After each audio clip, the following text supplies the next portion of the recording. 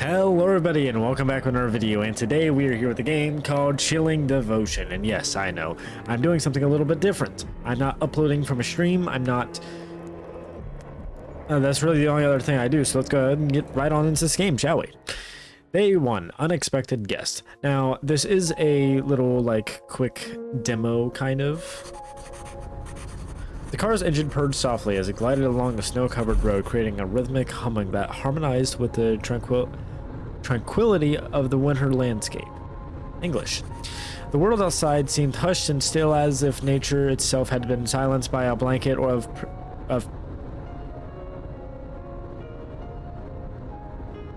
pristine snow. Dear gosh, English. Through the windshield, the scene unfolded like a postcard come to life. The snow-laden trees stood tall, their branches delicately adorned with glistening crystals. This text is hard to read.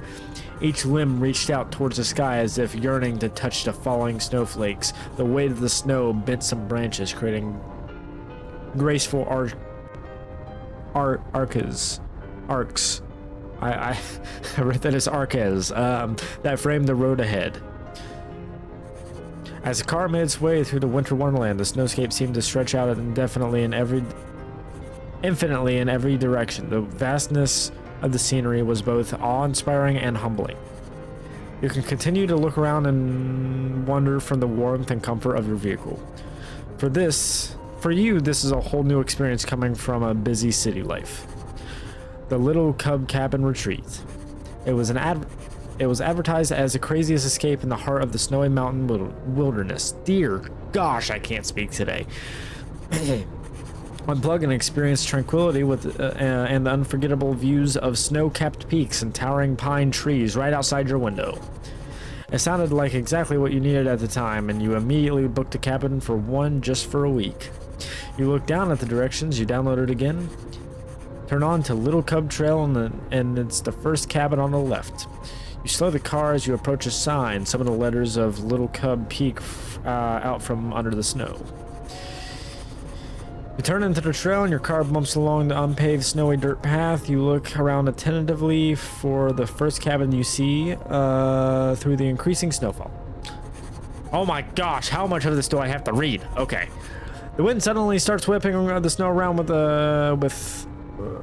fervor, and the road ahead of you quickly disappears.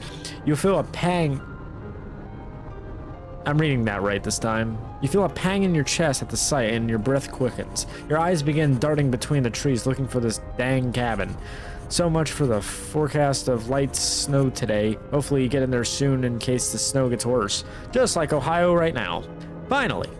You've been looking forward to this getaway for a couple of weeks, and there it is. You take some time to fully take in the exterior from the safety of your car. Now, the idea of a private snowy cabin makes you...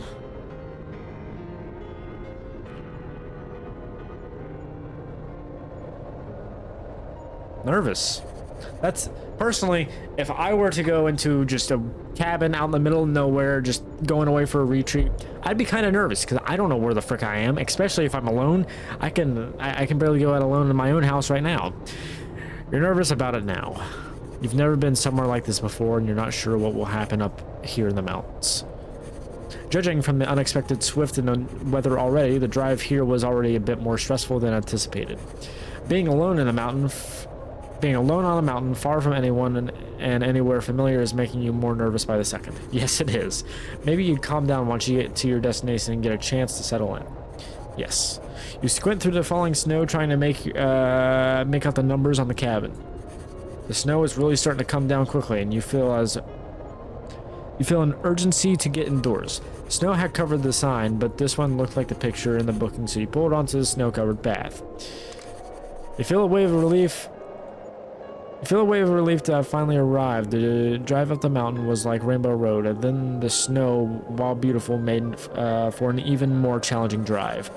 Your little cabin is surrounded by trees, and there are no neighbors in sight. Perfect. A large stretch of wilderness ensures you plenty of privacy. You hurriedly lug your stuff out of the car up to the cabin. It's not much, just a suitcase for the week. Looking at the snow, maybe you should have packed even thicker winter clothes. The icy environment chills the delicate skin on your face. You bound up to the cabin, eager to get out of the cold. Ah, it's already unlocked. Is this the normal for remote cabins?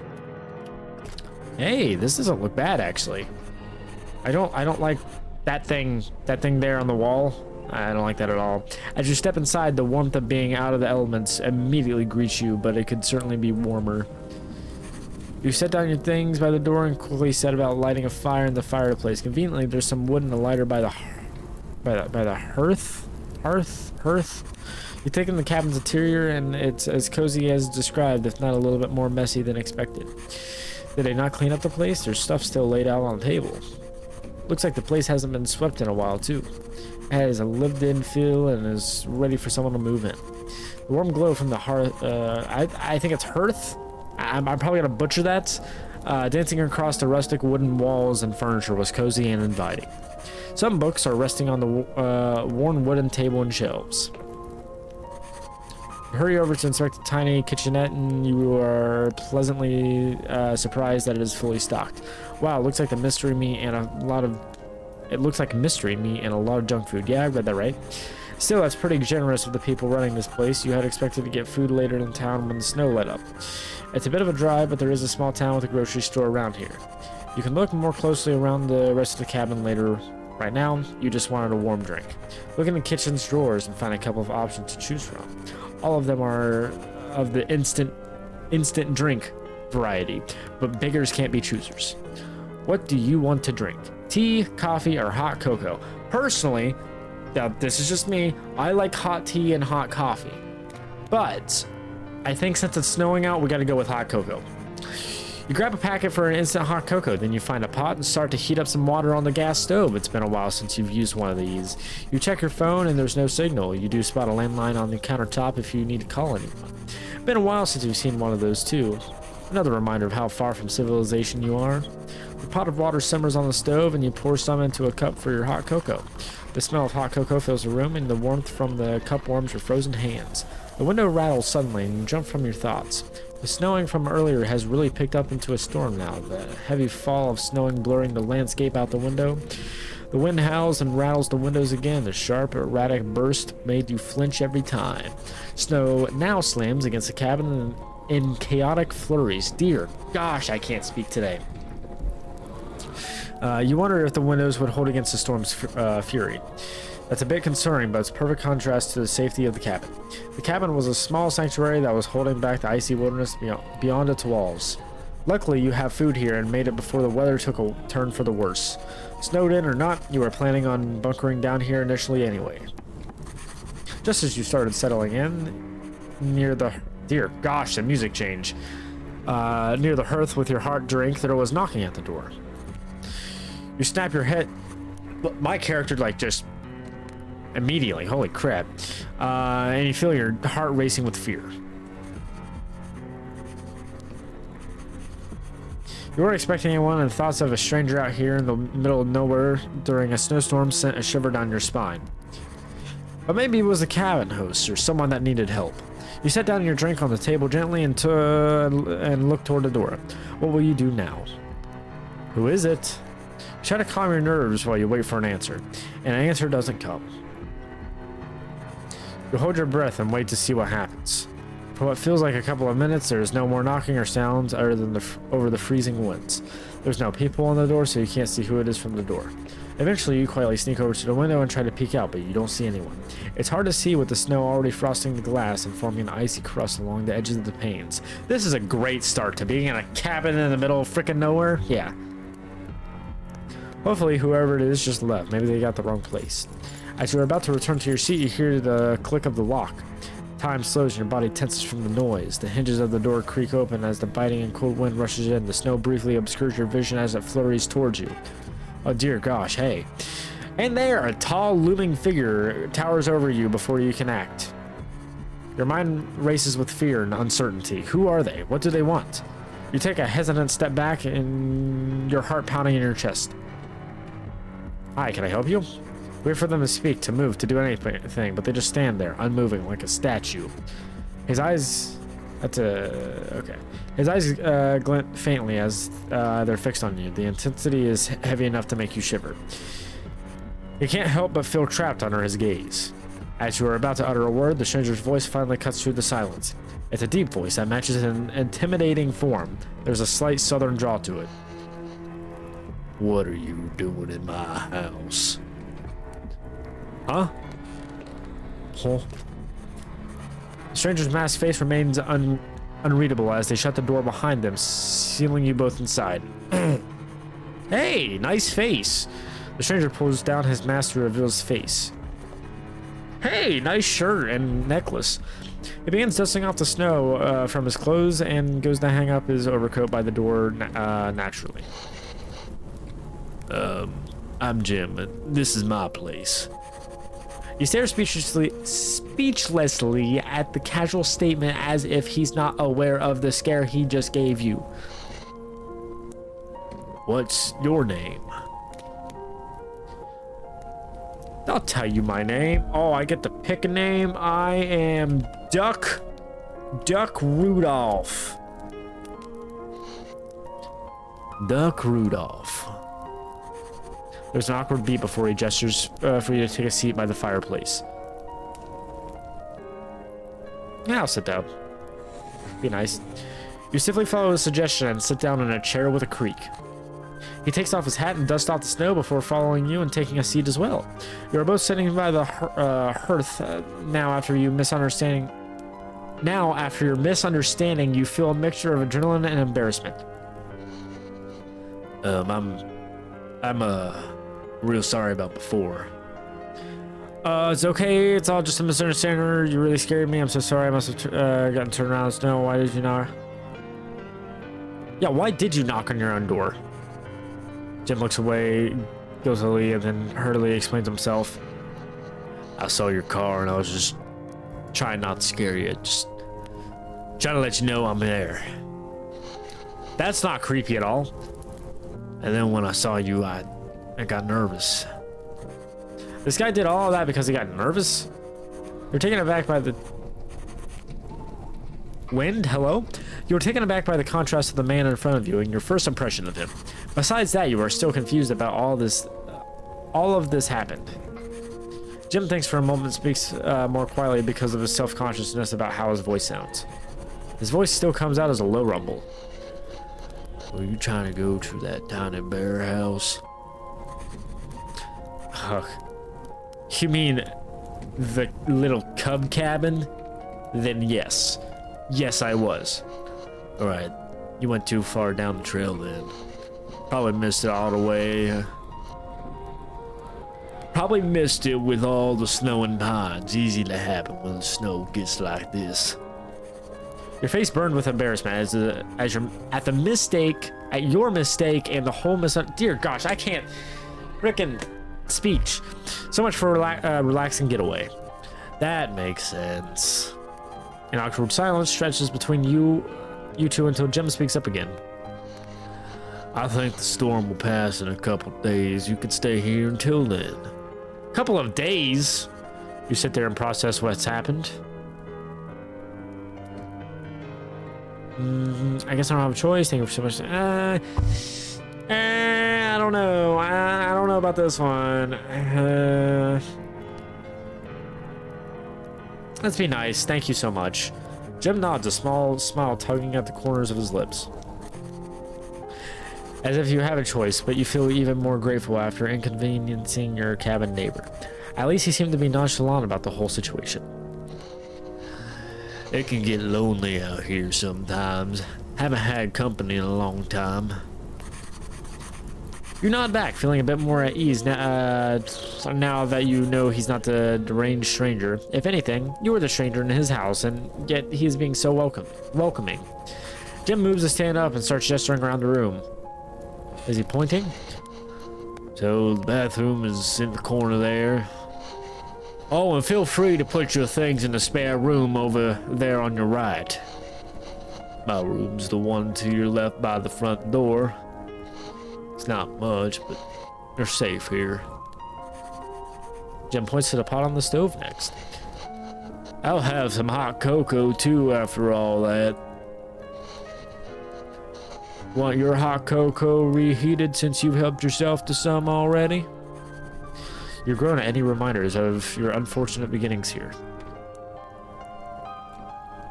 Sure, thanks. Jim gives you a courtesy nod and grabs your cup. Things are still pretty awkward, but it was kind of sweet that he was trying to be a good host. How about you check out your room while I reheat the drinks? You nod and grab your luggage to take to your room. The room is small, but just as cozy as the rest of the cabin. Simple with its furnishings, but it's all you need. It's minimally decorated like the rest of his cabin, but it has a bed, a nightstand, and a lamp. And now it has your suitcase and belongings in a corner. Wonderful noise. You sit down on the bed with a creak, and the bed feels impossibly soft beneath you, urging your tense muscles from earlier to uncoil. You let out a long breath, and your hand traces absent-minded. Why are we using such big freaking words in this game? Over the quilted blanket. Its fabric, it's worn, but comforting. What a situation. You hear the muffled clattering of Jim in the kitchen and snow battering against the walls. This was not what you had expected at all, and you wonder how it'll all go. Your hot cocoa is ready. Jim's voice from the other room pulls you from your thoughts, and you get up to join him. Okay, this is a nice little click adventure here. Do we get to do anything besides make choices? You sit across from Jim as he hands you a reheated hot cocoa. Jim cradles his own mug in his hands, savoring its warmth before taking a little sips. His posture is more relaxed, but it still seems a bit shy. You get a better look at him now that things are less intense. His pale hair is damp and disheveled from the snowstorm, and he keeps it pretty long. His eyes flick to you occasionally before glancing back down at his drink. Sorry, I'm not used to having company, I guess. What do you do? Ask him some questions. Who is messaging me on Instagram? Oh, I'm getting reels sent to me. Okay. So, what were you doing outside just now? Do you live out here all the time? The storm's just pretty rough. What do you do out here? I need to be done asking questions. All I said was so.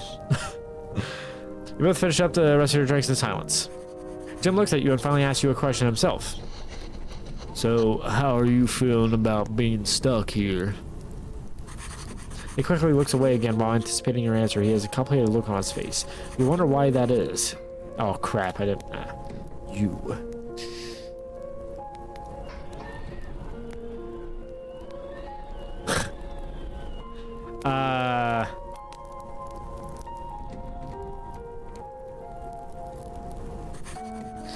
I actually really like it here. I can see myself spending my whole stay here, honestly. It's been nice having you as a company. Well, I'll be honest too. I've been liking your company too. What I'm trying to say is, you could stay here longer if you want. But you don't gotta decide now, and maybe your feelings will change. But you don't gotta decide now. Oh wait, crap. Although I am happy you feel that way right now. You smile as flustered but sincere response. You guess you'll have to see how things go. What am I getting myself into? Jim looks back into the flickering embers of the fire and seems to be weighing a response in his head. You wonder what he's thinking, but can't bring yourself to interpret his thoughts. You normally look into the fire too. The dancing flames lull you into its trance as your mind wanders. The time flows as the sun disappears from the sky and you both left with a dying fire. At some point you find yourself watching him. His features are softer in the firelight, warmer too than before. He looks much more friendly now, and he's taken off his outerwear and is relaxing in his more casual outfit. He doesn't seem to talk much, but his voice carries a quiet intensity, like every word matters. He glances at you and catches you staring. You quickly look down at your empty mug, feeling the heat rise in your face from being caught. He doesn't say anything at first, but now you feel like, now you feel him observing you back. What?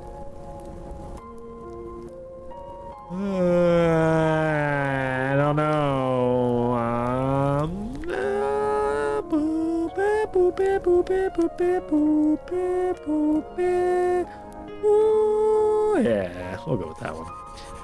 As the words come out of your mouth, Jim's eyes widen for a moment.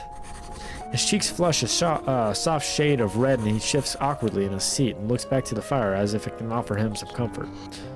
Oh, thanks. He clears his throat and then raises his gaze slightly up to you again. I don't really get called that a lot. I actually really do like his long hair. There's something incredibly endearing about his genuine nervousness. But, I guess I'll take it. It's very nice of you to say. Thank you, thank you. I came up with that not insults. Yeah, that was an insult. I came up with that compliment. That was all me. He lets out a slow breath and glances at you. You're not so bad yourself, you know. And then Jim looks into his empty mug, now cold. Well, I think I'll call it a night. Jim gets up and holds out his hand to take my empty mug from you two, trying to be a gracious host to you. You give him your cup, too, and his lips curve into a small smile. He walks out to the kitchen and places both your mugs in the tiny sink there with a clink. Then Jim goes over to the hearth and puts it out the rest of the fire before heading into his room. You get up and walk over to your room. You peer out to Jim, closing the door to your room. Jim lingers by his door and glances back at you. Okay, well, good night, Duck Rudolph.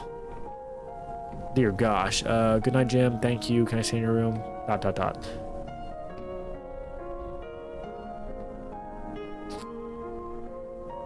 Choices.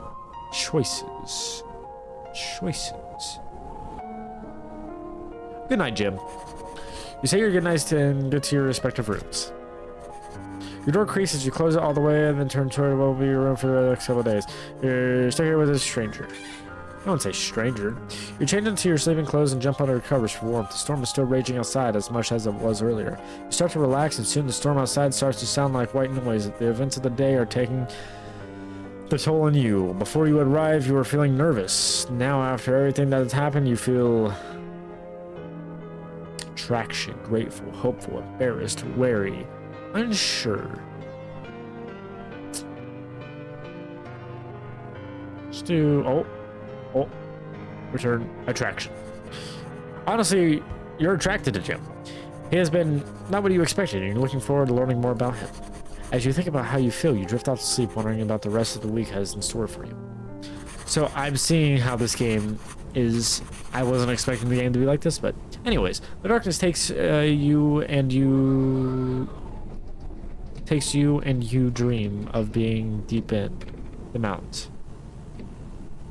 Oh, the darkness takes you and you dream of being deep in the mountains. The air is vicious, thick with the scent of old blood. That's not good. Oh, those eyes.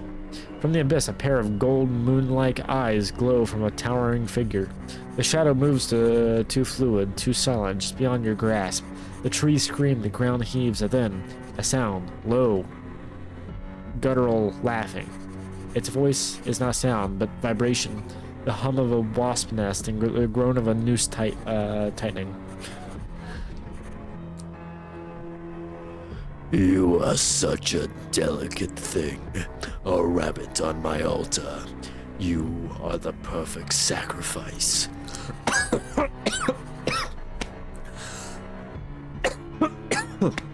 The voice scares you. You don't understand what it is. Okay. You try to get away from this haunting visage, but the damp, cold earth under your feet clings to you. Branches claw at your arms, leaving thin red trails in their wake. The less you understand, the rougher things get. The trees loom and shadows laugh. The forest, it screams to you. The one who dreams the wolves. And then the darkness reaches for you. The voice calls you to you once more. I'll let the whelp have you just for a little while. So I'm assuming we're gonna get murdered, and that we need to get out of here. Day 2, the carving, and I think this was a 2-day thing. You are marked now. The storm listens, the trees remember. You wake with a gasp, the remnants of the dream clinging to you like frost, moonlit eyes burn into yours from the shadow of the pines, something that knew your name with a voice like crackling ice. Unconsciously, your fingers buried in the quilt, your pulse hammering like a trapped thing. Morning light seeps through the frosted windows. You wake to the sound of the gas stove clicking on and the flash of the flames. Jim is awake, moving through the cabin with the creak of the floorboards under his careful steps. The bedroom door squeaks as you step out. Hello, Jim! Jim keeps his back to you, fingers fumbling with the coffee tin like it's the most fascinating thing in the world. Ah, you're finally awake. You sit down on the table. Jim sets a chipped mug on the table and joins you. Steam curls from it, ghostly in the air. He doesn't speak. The silence stretches taut as a tripwire. Duck Rudolph, it's for you. Jim pushes the mug towards you, an offering. His eyes dart around the room. Yeah, around the world. A nervous habit you're beginning to recognize. Take the mug, wait for him to speak, push it away. Wait for him to speak. He clears his throat as you look at him patiently. It's hot cocoa, that's what you like, right? You had made this yesterday. You nod. He exhales just slightly and nudges the mug closer.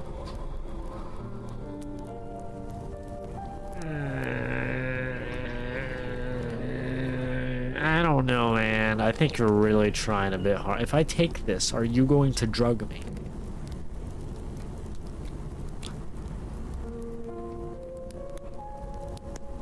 Yeah. The drink inside is hot cocoa, hot and fragrant, exactly as you like it. The scent wraps around you, warm and familiar. You hadn't realized how thirsty you were until now. Jim watches you intently. Pretend to drink it. Lift the mug, letting the liquid barely touch your lips. Jim's gaze drops to your throat while waiting for the telltale moment of a swallow. You fake it. He doesn't blink. And slowly, he takes a sip of his drink, and his eyes never leaving yours. At that moment, you spit the liquid gently back into the mug, the liquid swirling dark and unnoticed. His fingers tighten around his cup, and he says nothing. You occasionally lift your cup to appear to drink it. The steam from your mug curls between you like a disorientating fog. Jim's gaze lingers on you, on your throat, waiting. When you set the mug down, his eyes narrow just for a second before he reaches for it. Too hot? Yes, I'm waiting for it to cool.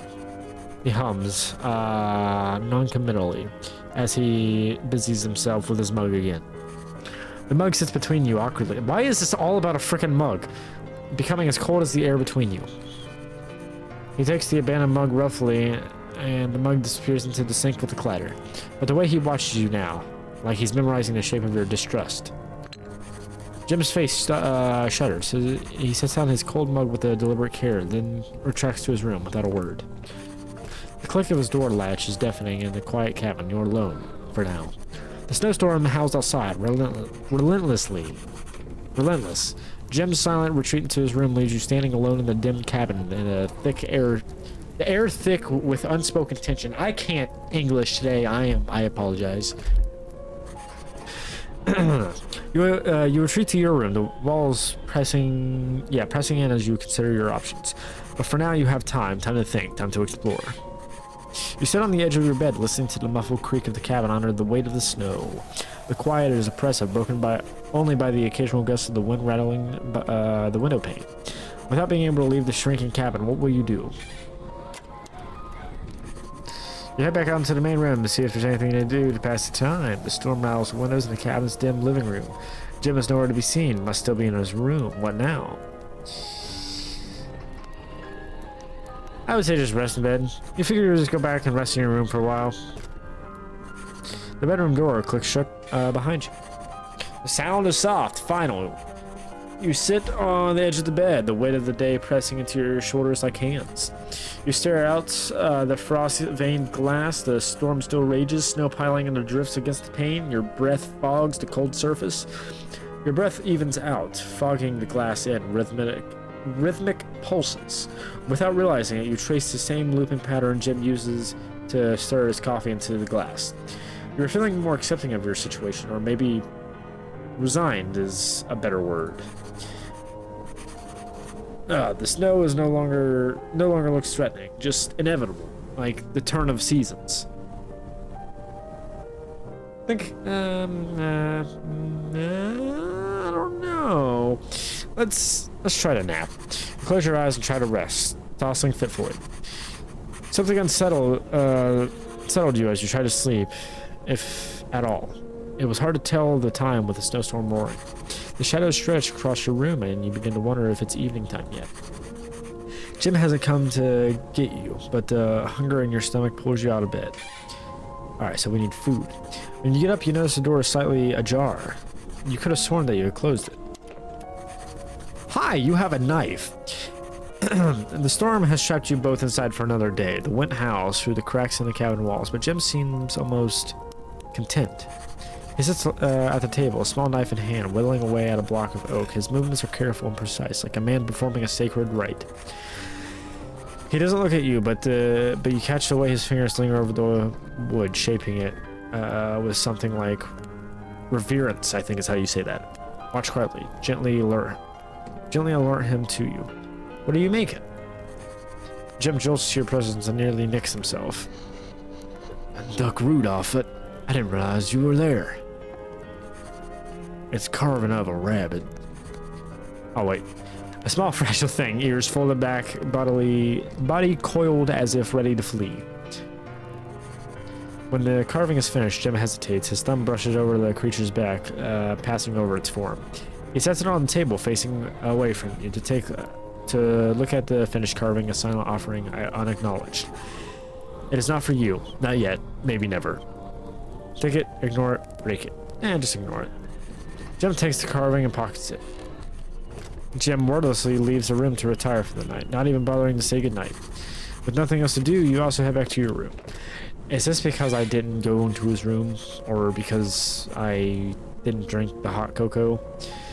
I'm just weary of that stuff, man. I don't like when other people make my own drink. The bed creaks as you settle in. The blanket's too stiff, the air too still.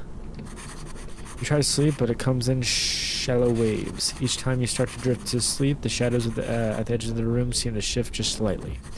A thud, a muffled curse, a creak of floorboards bearing the weight. The cabin is too quiet for the sound to be anything but deliberate. You sit up. A sliver of light bleeds under your door. Someone's still awake. You are drawn to the noise and venture out of your room. Night falls heavy over the warm cabin. The fire reduced to embers. The wind has quieted, but the silence is worse, thick with unsaid words. Jim stands by the window, his back to you, fingers absently tracing the edge of the wood carving knife. You can see the tension in his shoulders, the way his breath fogs the glass in uneven bursts. He knows you're watching. He always knows. And Jim? A shudder runs through him when you call out to him. For a long moment, he doesn't move. Then slowly, he sets the carving knife away and turns to face you. When Jim turns to face you, the moonlight paints his face in blue and shadow, his eyes dark and unreadable. There's something raw in his expression, something hungry and hesitant all at once. Couldn't sleep, but you should be asleep. His voice is rough, raw. I couldn't sleep either. I heard you were awake. I couldn't sleep either. You stay back at him simply and he tenses. The air between you is charged, electric. He swallows hard, his gaze flickering to your lips, then away, like he's afraid of what he might do if he looks too long. Whoa! Okay, this is calm.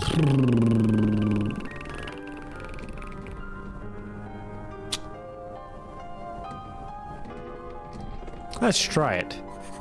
He starts leaning towards you, but turns his head at the last second. His jaw clenches. Don't. You don't know if he's talking to you or himself, but his hands are fisted in your shirt, pulling you closer even as he pushes you away. Just do it. When you try again, he lets you, but the kiss is brief, bitter. He breaks it with a sharp inhale. You'll regret this. Gosh dang it, why did I do it? Jim suddenly pulls away from you like he's been touched by fire. I have to go. begins grabbing his heavy winter clothes and heads for the door. You reach out to him, but he gives you a dangerous look.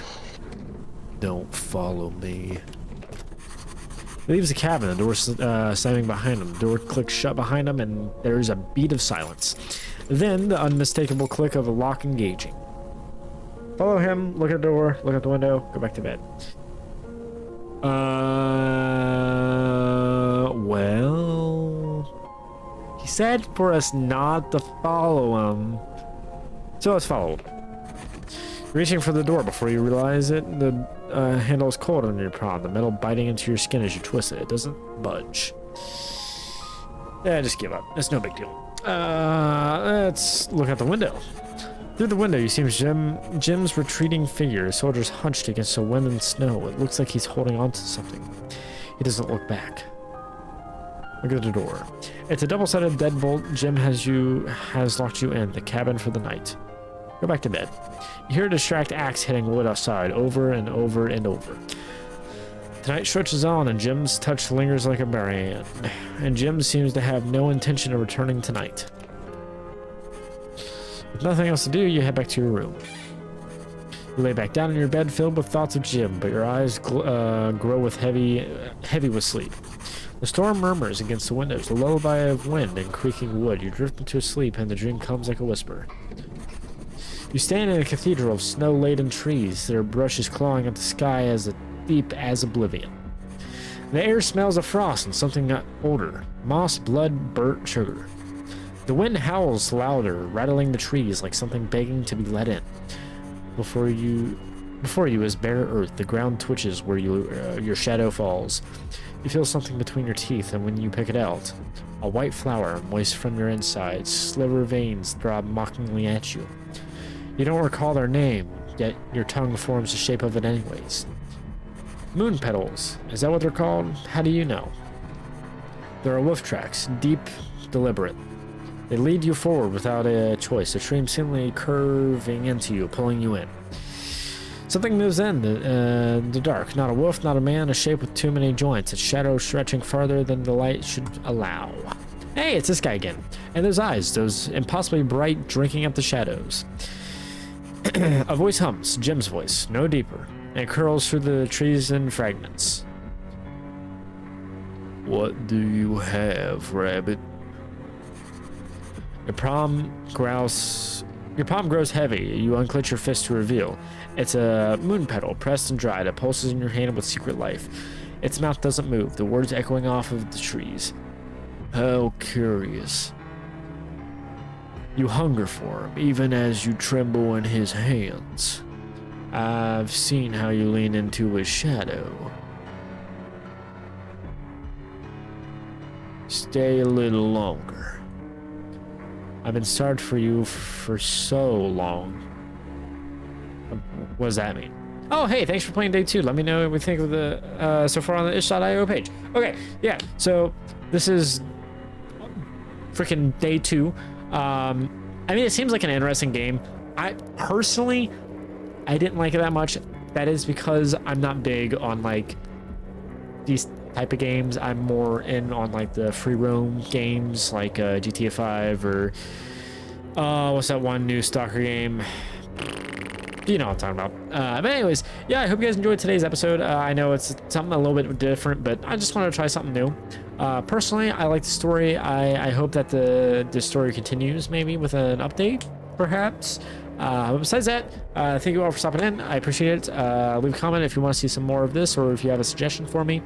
Like the video if you did like the video. Obviously, that's what the like button's there for. Dislike the video, just like drive into a tree or something.